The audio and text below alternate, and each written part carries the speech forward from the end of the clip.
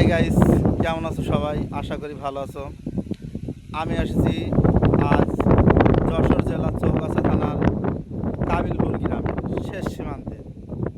আর এর পরেই হচ্ছে ভারত শুরু, ভারতের বয়রা বাগমারিতলা।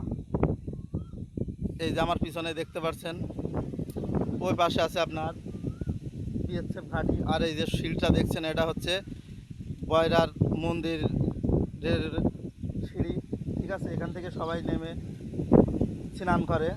ঠিক আছে, এপাশে ওই যে বড় বট গাছ দেখছেন বয়রার, এপাশে আছে আপনার বয়রার সেই মহাশ্মশান। এই যে দেখতে পাচ্ছেন, যেখানে ভারতের হিন্দু সম্প্রদায়ের মানুষ মারা গেলে আপনার এখানে চিতায় তার শেষ কার্য করে। ঠিক আছে, তার শরীরটাকে আগুনে পুড়িয়ে দাহ করে তার যে অস্তিত্ব থাকে তাকে এই নদীর সঙ্গে বিলীন করে দেয়। এই যে নদীটা দেখছেন, আমাদের যশোর জেলার ঐতিহ্যবাহী কপোতাক্ষ নদী।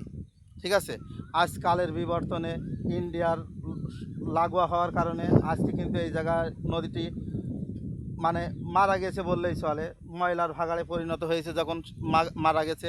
আর যদি এটা বাংলাদেশের এতে থাকতো, তাইলে এই নদীটা খনন করে তার সৌন্দর্যটা আরও বৃদ্ধি পেত। আমাদের বাংলাদেশের সমস্ত সব জায়গায় চলছে, সৌন্দর্য বাড়ানোর কাজ চলছে, কিন্তু আজকে ভারত হওয়ার কারণে এই নদীটা কিন্তু আজকে কচুরিপানায় ভরে গেছে।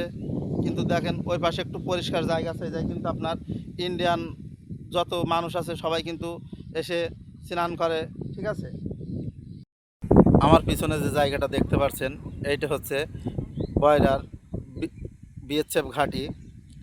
এখান থেকে কিন্তু সর্বদা বাংলাদেশের প্রতি নজর রাখে তারা। ঠিক আছে, এ পাশে আছে ইন্ডিয়ান, এই যে দেখছেন ইন্ডিয়ান বাড়িঘর, সবই হচ্ছে ইন্ডিয়ান বাড়িঘর। এখানে কিন্তু অনেকে এর ভিতরে কাজ করছে, দেখতে পাচ্ছেন।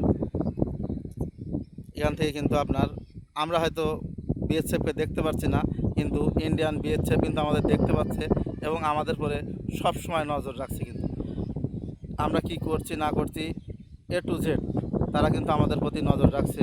ঠিক আছে, এই এই যে জায়গাটা দেখছেন, ঠিক ওই যে ব্রিজের যে কালভার্টটা দেখা যাচ্ছে, ওই কালভার্টের ওই জায়গায় আপনার কিন্তু বয়রা বাগমারিতলা সেই বিএসএফের ঘাঁটি।